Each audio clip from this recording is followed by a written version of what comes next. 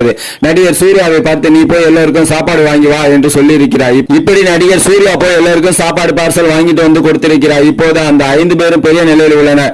இப்போதும் பல நடிகர்களும் இந்த ஜீவ சமாதிக்கு வந்து செல்கிறார்கள். சமீபத்தில் யோகி பாபு, மனோபாலா, பாக்யராஜ் அவர்கள் மனைவியுடன் வந்து சாமி தரிசனம் செய்துவிட்டு சென்றனர்.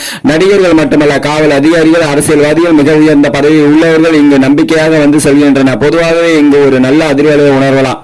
இவர் புனர்பூச நட்சத்திரம் அன்று ஜீவ சமாதி. முதலில் கணக்கம்பட்டி பகுதியில் நீர் வசதி அவ்வளவா இல்லை. சித்தர் காட்டிய இடத்தில் தோன்றிய வற்றாத ஜீவ கிணறு இன்றும் உள்ளது. இப்போது பார்த்தாலும் மற்ற இடங்களுக்கும் அந்த கோயிலை சுற்றி உள்ள இடங்களும் உள்ள வளமையை பார்த்தாலே உணரலாம். நன்கு பசுமையாக மரங்களும் செடிகளும் தாவரங்களும் வளர்ந்திருக்கும். இங்கு கேட்பது கிடைக்கும் என எல்லோரும் நம்புகிறார்கள். அதன்படி நடந்ததாக பலரும் சொல்ல கேள்விப்பட்டிருக்கிறோம். இந்த கோயிலில் பௌர்ணமி, அமாவாசை அன்று சிறப்பு பூஜைகள் நடைபெறும். அவர் ஜீவ சமாதி அடைந்த புனர்பூச நட்சத்திரம் என்று சிறப்பு பூஜைகள் நடைபெறும்.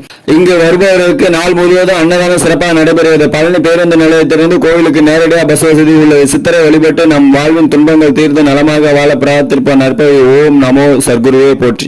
கனகம்பட்டி சித்தர் அல்லது அழுக்குமூட்டை சித்தர் பழனிக்கு அருகில் உள்ள கனகம்பட்டியில் வாழ்ந்த ஒரு சக்தி வாய்ந்த சித்தர் ஆவார். இவர் சாய்பாபாவின் மறு அவதாரமாக கருதப்படுகிறார் மற்றும் பக்தர்கள் இவரை கனகம்பட்டி மூட்டை சாமி என்று அழைக்கிறார்கள். இவர் வாழ்ந்த காலத்திலே பல அதிசயங்கள் நிகழ்த்தியுள்ளார். கனகம்பட்டி சித்தர் பற்றிய கூடுதலான தகவல்களை சில பார்க்கலாம்.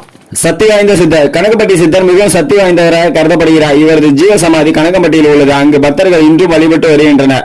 அற்புதங்கள். இவர் வாழ்ந்த காலத்தில் பல அற்புதங்களை நிகழ்த்தியுள்ளார். குறிப்பாக பக்தர்கள் இவரை சாய்பாபாவின் மறு அவதாரமாக கருதுகின்றனர். வழிபடும் முறை. இவரை வழிபடுவதன் மூலம் நினைத்ததை நடத்தி தர முடியும் என்று பக்தர்கள் நம்புகிறார்கள். அமாவாசை நாட்களில் கனகம்பட்டி சித்தர் ஜீவ சமாதிக்கு சென்று வழிபடுவது விசேஷமாக கருதப்படுகிறது. அழுக்கு மூட்டை. இவர் அழுக்கு மூட்டையை எப்போதும் சுமந்து திரிவதால் அழுக்கு மூட்டை சித்தர் என்று அழைக்கப்படுகிறார். கோவில். கனகம்பட்டி சித்தரின் ஜீவ சமாதி தற்போது கோவிலாக மாற்றப்பட்டு பக்தர்கள் வழிபட்டு வருகின்றனர். கனகம்பட்டி சித்தர் ஜீவ சமாதி தற்போது தமிழகம் முழுவதும் மிகவும் பிரசித்தி பெற்ற ஒரு ஆலயமாக இருப்பது இந்த கனகம்பட்டி சித்தரின் ஜீவ சமாதி தான். பழனி என்றாலே நம் நினைவுக்கு வருவது 6 படை வீடுகளில் ஒன்றான